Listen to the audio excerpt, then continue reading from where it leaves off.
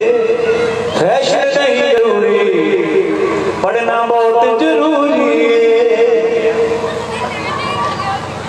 बहुत ही बढ़िया। मैं पहली बार इस तरीके के कुछ संत इस गीत को फरमाते देखे। आना बहुत पहला चाहता सी, सतगुरु की कृपा सदका ते तुहाडी मेहर सदका जो तुसी ड्यूटी बख्शी हुई है, सवेरे घरों चल पैना है, रात पै जाती है, कई बार काम फिर भी नहीं खत्म होता। मैंने जिस वे पता लगा कि मैं लेट हो गया, बड़ी स्पीड ना आ लिया सी। कोशिश सी भी तुसी मेरे रहनुमा हो, मैंने जाते कि झिड़के ना मारो, इस करके थोड़े तो डरदा भी बहुत है। क्योंकि जिहड़ा व्यक्ति अपने साथियों तो अपने परिवार तो डरदा है, वो काम सही कर सकता। मैं ठीक है ना? जिहड़ा दिमाग तो डर भय खत्म हो जाए, वो फिर हैवान बन जाता। वो कहता मैंने हुण किहने कहना, मैंने कहने सुनने वाला वो कहना कोई।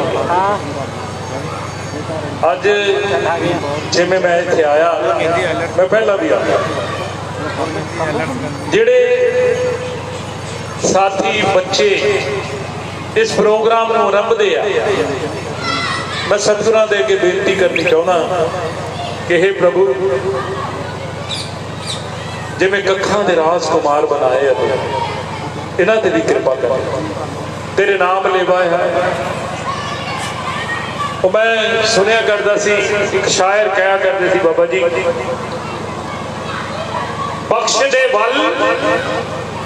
बख्श दे वल बली बबरीक वर्गा कर दे।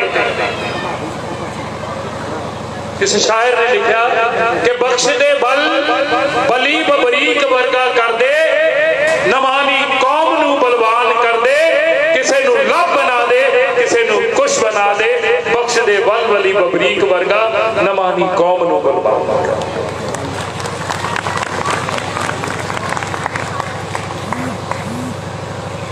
जिसले प्रभु दे कोलों कोई भी मंगन गया है,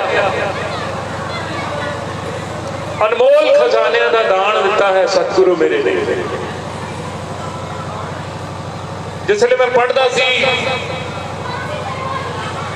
उस अध्याय से पहुंचा जदों पांडवां ने यज्ञ रचना की। बैठे रूप जी बहुत वधिया, ये भी कलाकार गाते होंगे ते यज्ञ रचना की, घड़ियाल नहीं बजया।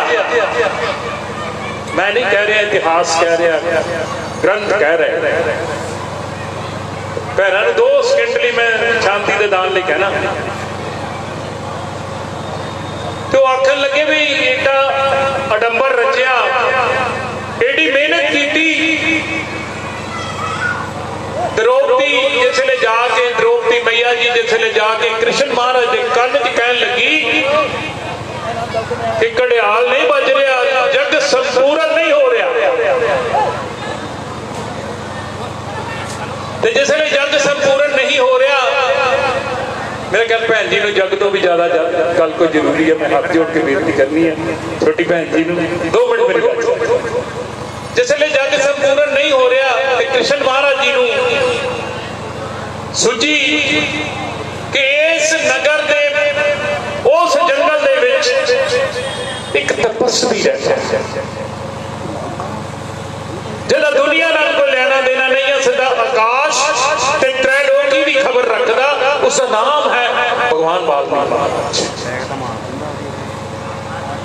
तो कहते फिर उन्होंने दो कोल तक जाना बहुत दूर है, कहते जाना तो पेगा। जिसले द्रौपदी भगवान के चरणों के विच गई, वो उत्थे बैठे सी ते आखन लगे भी किवें आने होए, ते कहते महाराज असी परिवार वालों जग रखिया, ते जग का जिहड़ा घड़ियाल है वो अपने आप वजना सी, जिहड़ा वजया नहीं है, ते मैनूं कृष्ण भगवान ने भेजा है थोड़े चरणों के विच के जाओ, भगवान वाल्मीकि महाराज जी आउणगे ते फिर तेरा जिहड़ा है एक घड़ियाल बजेगा। जे मैं गलत नहीं, तो कहते भी द्रौपदी तू महलों की रानी मैं फकीर, तू जिन्ने कदम चल के आई तेने पता होना चाहिए भी जिन्ना जगत रचना हुई है ਉਹਦਾ 108 भाग मैनू लेना है तो फिर मैं तेरे नाल चलना है। ਉਹਦੇ ज्ञान की परीक्षा कर रहा है भगवान। ते द्रौपदी नूं कृष्ण महाराज ने सिखा के भेजा सी, गल कह के भेजी थी कि आखी कि प्रभु सुनिया तेरे वाल नूं एक कदम नंगे पैरी आउण दा 100 यज्ञ दा पुण्य मिलदा। मैं लखां कदम तुर के तेरे वाल नूं आई हां ते 108 भाग कढ के बाकी मेरी झोली विच पा दे। ते जिस वेले प्रभु ने गल सुनी उठ के तुर पे। बड़े बीबी ने पकवान द्रौपदी मैया ने बनाए हुए थे, सारे कुछ बनाए हुए थे। जिस वेले लंगर छकन लगे ते वाल्मीकि महाराज जी अपनी चिप्पी दे विच ही सब कुछ पवाई, खट्टा मिठा खीर पकवान सब कुछ जिस वेले गिर रहे हैं ते उस तो बाद द्रौपदी नूं कहंदे बे इहदा हत्थ धोआ। जिसले चिप्पी दे विच ही हत्थ धोते गए तो द्रौपदी नूं घृणा आई। अक्सर बीबियां नूं कई बारी अच्छा नहीं लगता जिसले कहंदियां भी मैं बहुत वधिया खाना बनाया ते बाबे नूं खाने नहीं आए ते घड़ियाल फिर नहीं बजदा। जदों घड़ियाल नहीं बजिया तो फिर द्रौपदी ने उठ के कृष्ण महाराज नूं पुछया ते घड़ियाल तो फिर नहीं बजिया ते कृष्ण महाराज ने कहा कहते क्यों नहीं बजिया हुण तू जानदी है। वो कहते क्यों? वो कहते इस करके नहीं बजिया अपने मन तो पुछ कि जिसले महाराज खा रहे थे भोजन पा रहे थे ते तेरे मन चाहता सी भी ये संत नूं खाने नहीं आंदा, सारा कुछ विचर ला। द्रौपदी दा हथ फड़ के जिसले लैके गए कहते मार निगाह चिप्पी दे विच ते ब्रह्मंड नूं भोग लग रहा सी। उस वेले उस भगवान वाल्मीकि महाराज दे चिप्पी दे विचों ब्रह्मंड नूं भोग लग रहा सी ते हंकार जिहड़ा सी ओदी तार तार हो रही सी। जदों हंकार टुटे ते फिर परमात्मा दा मेल हुंदा है, जदों हंकार हैवी होवे ते फिर परमात्मा दा नाश। फिर घड़ियाल बजिया, द्रौपदी ने महाराज दे चरनां दे विच जिसले नतमस्तक कीता ते घड़ियाल बजिया।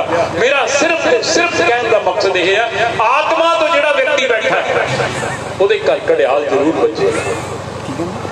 दुनिया की कोई ताकत नहीं है कि भगवान वाल्मीकि महाराज के चरणों च तुसीं आए ते तुहाडे घर दे विच संपूर्णता ना आवे, तुहाडी जिहड़ी इच्छा है मनोकामना है पूरी ना हो सके। Next is possible. ज्यादा ज्ञानी नहीं है, जानता कुछ नहीं, क्योंकि सियासी बंदे ज्यादा कुछ नहीं जानते। तो मैं पिछे किसी दे भोग ते गया ते इदां गल कर रहा सी, उत्थे किसी महंत दा भोग सी।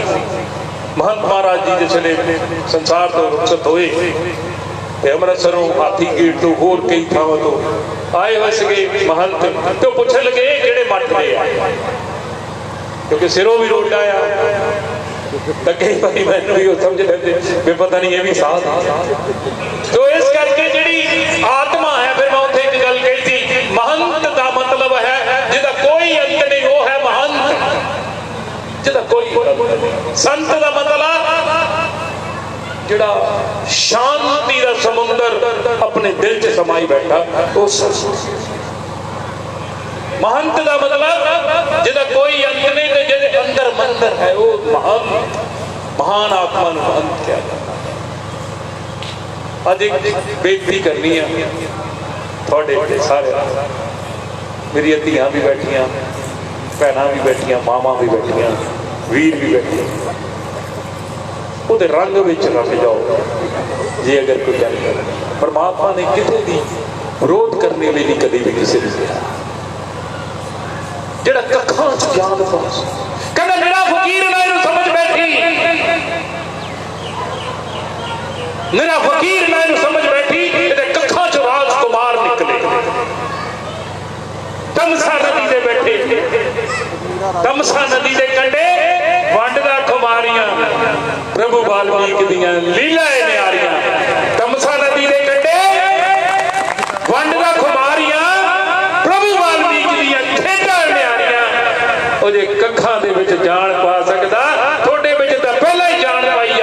ਪਰਹੇਜ਼ ਕਰੋ, ਮਿਹਨਤ ਕਰੋ, ਅੱਧੀ ਖਾਓ, ਬੱਚਿਆਂ ਨੂੰ ਪੜਾਓ। मैं घट पढ़िया सी, वो डिग्रियां हासिल नहीं कर सके, अपने परिवार को रद्द कर लिया। मेरे टब्बर का, मेरे परिवार का पूरी शाम के राशन कार्ड नहीं है। मैंने जिसले पूछते हैं कि किन्ने बच्चे, मैं कि गिने नहीं। कहते किन्नियां धियां, मैं गिनिया ही नहीं। कहते किन्नियां भैन, मैं गिनिया ही नहीं। किन्ने भाई, गिने नहीं। क्योंकि तुसी मेरिया बेटियां सारे, आ मेरे बच्चे। आदिया लोगों का लोग आदि, क्योंकि लोगों को समर्पित है। जिसले सतगुरु कखां च जान पा सकते जे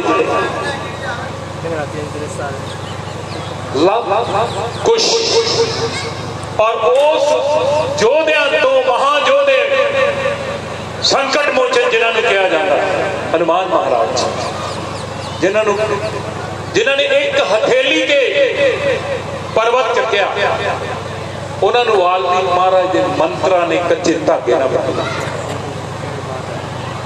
मेरे वीरों, हमेशा शान ना इस करके क्या करो कि असं वाल्मीकि आप नक्शे कदम से चलना है, कलम बल में ध्यान करना है।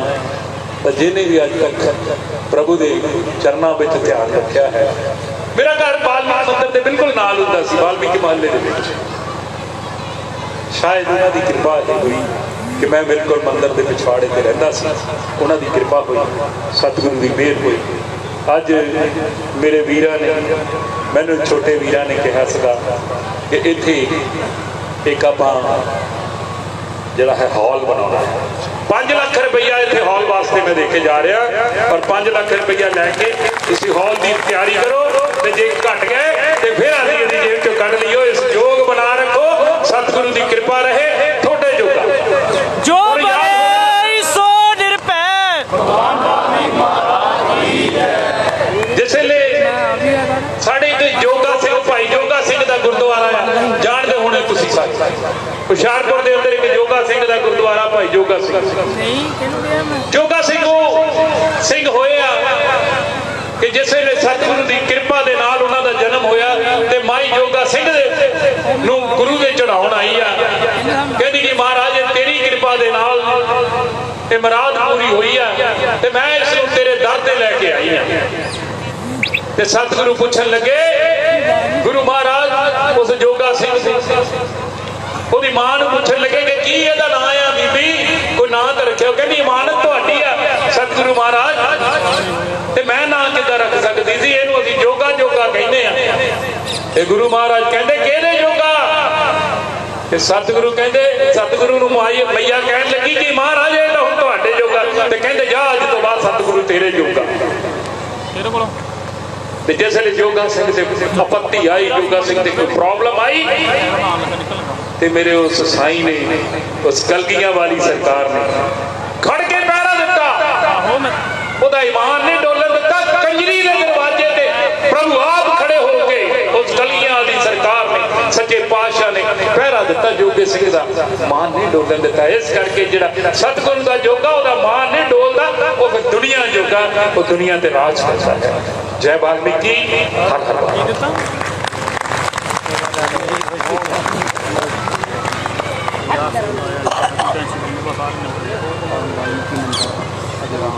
है ना, अजदाम ही है ना, 4 5